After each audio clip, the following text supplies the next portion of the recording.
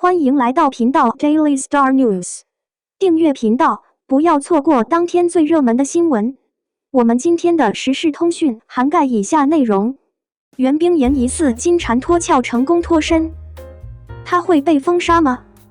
因偷逃税被罚97.8万元，袁冰妍工作室以涉事立言文化公司的名义发布声明，公司深刻反省，积极配合调查，目前已及时缴纳税款。但不同的是，以往明星出现偷税漏税丑闻，账号火速被封，直接就凉了，比如邓素仁、薇娅们。而袁冰妍这次不光是个人账号没有被封，其工作室还出来表示歉意，相关报道也没有之前那样严肃。正在拍摄的电视剧只是被告知延期拍摄，其本人也被拍到悠闲的逛街购物。看姐姐的意思，好似压力不大，是公司没有及时缴纳税款，与我无关啊。事实上，他就是这么做的。在6月13日被罚款到7月4日曝光之间，袁冰妍迅速退出了公司实控人，包括法人、实际控制人、执行董事，最终受益人都抛给了别人。极致污点被曝光的时候，他已经不是公司法人和公司实际控制人了。甚至袁冰妍的粉丝们辩解，把责任推到了公司财务身上，说是袁冰妍遇人不淑，要吸取教训，好好工作。一波操作猛如虎。人民日报点名批评时，也只是提袁冰妍关联公司逃税，而不是袁冰妍逃税。这里面的差别就大了。明星个人逃税，立马就成为劣迹艺人彻底凉，但明星关联的公司逃税，却还有一线生机，这是有案例可循的。6月中旬，贾乃亮关联的公司因偷逃税款被罚曝光，关联公司发文道歉，并郑重表示此事与贾乃亮先生没有任何关系。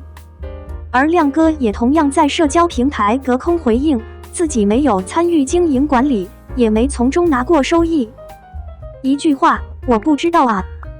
于是险过关。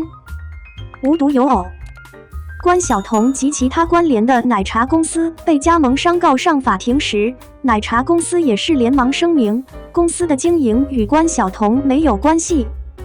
但诸多迹象表明，关晓彤多次为该奶茶店站台，以联合创始人身份出场，说自己是店长，鼓励大家加盟。内中原因是国民闺女的父亲参股餐饮公司35%的股权。现在加盟商倾家荡产起诉时，好闺女在社交平台转发了涉事公司的声明，强调这事跟我没关系，没参与，不承担责任。袁冰妍这次大概、可能、也许会以没参与这事，不知道，成功脱责。但他忘了，贾乃亮和关晓彤只是参股，而袁冰妍是公司法人，全资控股的实际控制人，涉事金额的800多万也是他本人消费的，能不知道吗？如果把责任推给公司财务，那是说不过去的。只是他的一通操作还是有效果的，果然没有被一棍子打死。其代言或许有些许波动，但影视作品方面目前没有很大的影响。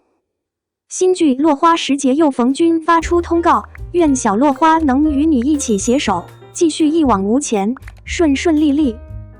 还写了万事无忧的文案，马桶台还是很给力的。这也为广大明星网红们指明了一条生路。明星自己脱离公司管理层，坚决不当法人，不当股东，只当个拿钱的甩手掌柜。收益的时候站前台，出事的时候公司顶上，自己躲在背后说不知道，没参与管理。这样的一招金蝉脱壳，管用吗？我还是喜欢人民网评的评论，身为公众人物，如果只在面子上钻营，暗地里却干着偷逃税的事，再好的人设和事业也终将坍塌。是啊，假如一直这么干，终有一天是会崩塌的。我是坚决拥护打击偷逃税的南方的宝宝，你的点赞关注是我不断更新的动力，咱们下期见。